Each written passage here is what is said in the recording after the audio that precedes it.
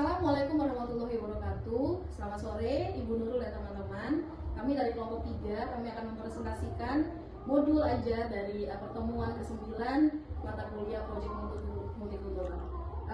Di sini kami memiliki kelompok dengan anggota berlima, yaitu ada saya sendiri dengan Rauli Ramayanti, dan ada teman saya Donita Sari, ada Erlita, lalu ada Emilia, lalu yang terakhir ada Bintang. Baik, kita akan masuk ke dalam temanya kita hari ini adalah Communication Issues, Diversity and Global Identity, atau pengantar komunikasi dalam masyarakat global. Ini subtemanya. Lalu kita akan bahas tentang apa itu pengertian dari communication issues. Communication issues adalah berbagai hambatan atau gangguan yang terjadi dalam proses komunikasi sehingga pesan tidak tersampaikan dengan baik antara pengirim dan penerima. Nanti setelah ini teman-teman semua akan melihat apa kira-kira dampak dan hambatan-hambatan itu sendiri, dan itu boleh dilanjutkan oleh teman saya. Baik, di sini saya akan menjelaskan yaitu macam-macam dari bentuk communication issue. Yaitu yang pertama ada hambatan bahasa. Hambatan bahasa ini bisa menjadi isu hambatan, yaitu contohnya antara sesama daerah atau beda daerah, misal dari timur dan Jawa, suku Jawa, dia mempunyai hambatan daerah sehingga komunikasi antara keduanya tidak berjalan dengan lancar. Apalagi kalau kita tahu orang tua bahkan nenek atau kakek-kakek yang tinggal di suku Jawa, kebanyakan dari mereka itu tidak mengerti atau tidak bisa atau tidak lancar berbahasa Indonesia dengan benar. Yang kedua yaitu ada perbedaan budaya. Yang ketiga ada perbedaan persepsi antara sesama suku atau bangsa suku. Yang keempat yaitu ada gangguan teknologi. Zaman sekarang yaitu di zaman 2025 ini teknologi semakin berkembang pesat, apalagi dengan adanya AI sekarang atau sekarang yang kita sebut banyak aplikasi-aplikasi chat atau bisa lihat video call seperti WhatsApp atau Instagram yang kita bisa akses dengan sangat mudah. Yang selanjutnya yaitu ada sikap atau emosi yang tidak stabil, dan yang terakhir ada salah satu penafsiran dan salah penafsiran pesan. Selanjutnya yaitu contoh masalah komunikasi, misalnya ketika seseorang dari budaya berbeda salah memahami candaan. Candaan ini termasuk yaitu dengan teman sebaya kita, sesama teman sebaya bercanda atau berlebihan ketika seorang pemuda bercandai yang lebih tua, maka yang lebih tua ketika tersinggung dengan candaan pemuda, maka bisa terjadi komunikasi isu. Yaitu selanjutnya atau ketika pesan chat disalahartikan karena tidak ada ekspresi wajah dan intonasi suara. Biasanya ini terjadi di aplikasi-aplikasi chat seperti Instagram atau WhatsApp. Ketika pengirim dan penerima, lalu penerimanya itu salah mengartikan maksud dari pesan pengirim tersebut. Selanjutnya akan dijelaskan oleh teman saya. Oke. Selanjutnya yaitu pengertian diversity. Diversity itu yaitu keberagaman yang ada di masyarakat seperti perbedaan suku, budaya, agama, bahasa, ras, dan latar belakang. Nah, jenis-jenis diversity. Ada diversity budaya, diversity bahasa, diversity agama, diversity gender, dan diversity latar belakang pendidikan.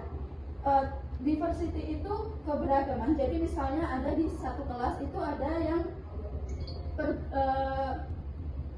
bahasa daerahnya itu berbeda. Diversity itu memiliki dua dampak. Yang pertama dampak positif diversity, lalu yang kedua ada dampak negatif. Nah, kalau untuk dampak positif diversity itu membuat masyarakat lebih perspektif, meningkatkan toleransi, memperluas wawasan, dan melatih sikap saling menghargai. Contohnya, ketika ada seseorang masyarakat gitu, mereka memiliki sudut pandang yang berbeda, sehingga memunculkan ide-ide yang lebih kreatif. Lalu ada dampak negatif diversity. Dampak negatifnya yaitu jika tidak dikelola dengan baik, maka diversity itu bisa memicu konflik, diskriminasi, kesalahpahaman, dan perpecahan sosial. Misalnya yang terjadi dalam masyarakat itu terkadang latar belakang itu membuat orang memiliki sudut pandang yang berbeda sehingga terjadinya kesalahpahaman dalam berinteraksi sesama makhluk sosial. Oke, selanjutnya ada pengertian global identity. Itu global identity adalah identitas seseorang sebagai bagian dari masyarakat dunia yang saling terhubung dalam konteks globalisasi. Jadi saya sendiri misalnya kayak dari Indonesia, dari luar negeri, itu kita saling terhubung dengan masyarakat luar gitu. Lalu seterusnya itu ada ciri-ciri global identity, terbuka terhadap perbedaan. Nah, kalau di Indonesia kita kan mempunyai banyak sekali budaya, jadi kita harus saling terbuka dengan kebudayaan lain. Lalu menghargai budaya lain. Jadi kita juga harus saling menghormati dan menghargai, mengapresiasi budaya orang lain supaya budaya kita juga bisa dihargai oleh mereka yang memiliki kebudayaan lain. Lalu memiliki kesadaran globalisasi. Oke, jadi kita sebagai masyarakat harus tahu isu-isu atau masalah-masalah global, di mana zaman sekarang itu sangat marak ya masalah globalisasi. Jadi kita sebagai warga negara harus mengerti tentang masalah dari isu ini, mana kebenarannya. Jadi kita juga harus bisa memilih gitu. Nah, lalu ada kemampuan berkomunikasi lintas budaya. Jadi ini juga kita harus saling menghargai, jadi kita bisa saling menghormati keberagaman budaya dari bahasanya, dengan saling menghargai bahasanya gitu kan. Kita bisa komunikasi dengan baik kalau kita bisa saling menghargai. Next. Oke. Hubungan communication issues dengan global identity. Jika komunikasi tidak efektif, maka pembentukan global identity juga terhambat karena muncul salah paham antar budaya. Nah, di sini ya yang sekarang sering terjadi, marak sekali terjadi, seperti di media sosial, contohnya di WhatsApp, Instagram. Banyak sekali orang-orang memposting tentang budaya yang sebenarnya itu tidak benar, tapi karena mereka memposting satu kata saja itu bisa mengakibatkan kesalahpahaman di dalam Instagram. Misalnya kita memposting satu kata yang kiranya menyinggung budaya lain, itu akan menjadi sangat-sangat besar masalahnya saat kita tidak bisa menghargai satu sama lain. Jadi seperti itu. Baik, dari pendapat-pendapat dari teman-teman tadi yang sudah kami coba presentasikan, berarti kita harus bijaksana dalam berkomunikasi, bijaksana juga dalam teknologi, supaya tidak ada terjadi namanya isu-isu dalam kita berkomunikasi antara makhluk sosial dan bermasyarakat.